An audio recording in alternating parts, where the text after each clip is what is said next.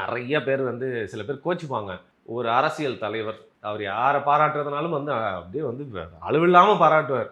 அது வந்து பாராட்டுறதுக்கு அளவே இருக்கு. அன்பை காட்டுறதுல அண்ணனை வந்து அடிச்சுக்கவே முடியாது. அந்த மாதிரி இருக்கிற ஒருத்தர் பாலாவை பற்றி ஏதோ ஒரு விழான்னு நினைக்கிறேன். அங்கே போயிட்டு வந்து பாலா தான் மனுஷன், மற்றவங்களாம் மனுஷங்களே இல்லை, ஐந்தறிவு ஜீவன்கள் அப்படிங்கிற லெவலுக்கு பேசிட்டு வந்துட்டாரு. அதெல்லாம் பார்த்தா இன்னைக்கு வந்து அவர் யார் இப்போ இன்னைக்கு வந்து காமெடி கண்டென்ட்டாக வந்து மாறி இருக்காரு. காசு எங்கேருந்து வந்ததுன்னு தெரியுமா? நீங்க போயிட்டு எல்லாருமே ப்ரொமோட் பண்றது. ஏன்னா ஒரு நல்லது செய்யற மாதிரி ஒருத்தர் இருக்கானா, அவன் போய் ப்ரொமோட் பண்ணிட்டா அந்த பாதி நல்லது நம்ம மேல வரும்.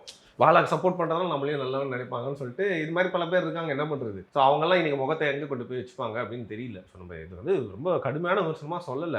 ஒருத்தங்க நீங்க வந்து இது மாதிரி தூக்கி பிடிச்சி பேசுறீங்க அப்படின்னா வந்து ஒருத்தன் கேமரா வச்சு ஹெல்ப் பண்றான். அதை நீங்க வந்து குளோரிஃபை பண்ணி பேசுறேன்னா அதை பார்த்து இன்னும் 10 பேர் கேமரா வச்சு தான் ஹெல்ப் பண்ணுவாங்க. நீங்க வந்து நான் உங்களுக்கு கொடுக்குறேன், அதை வந்து நான் நாளைக்கு போய் சொல்லி காட்டிட்டேன் அப்படின்னாலே நீங்க என்கிட்ட பேசுங்களா, சரி வருண் கிட்ட ஹெல்ப்பே வாங்காம இருந்துக்கலாம் அப்படின்னு நீங்க நினைப்பீங்க. அதை நான் ரெக்கார்டே பண்றேன்றப்போ அந்த நிற்கிற நபர்களையும் நான் வந்து கேள்வி கேட்குறேன். உங்களோட சுயமரியாதை வந்து எங்கே போச்சு? சரி மேபி உங்களோட பாவர்ட்டி, உங்களோட பசியாக இருக்கலாம், உங்களுக்கு கஷ்டமாக இருக்கலாம், உதவி வாங்கிட்டு போய் நம்ம லைஃப்பை பார்க்கலாம் ஒரு வீடியோ தான் அப்படின்னு நினைக்கலாம். பட் அது இன்றைக்குமே காலங்காலமாக இருக்க போகுது.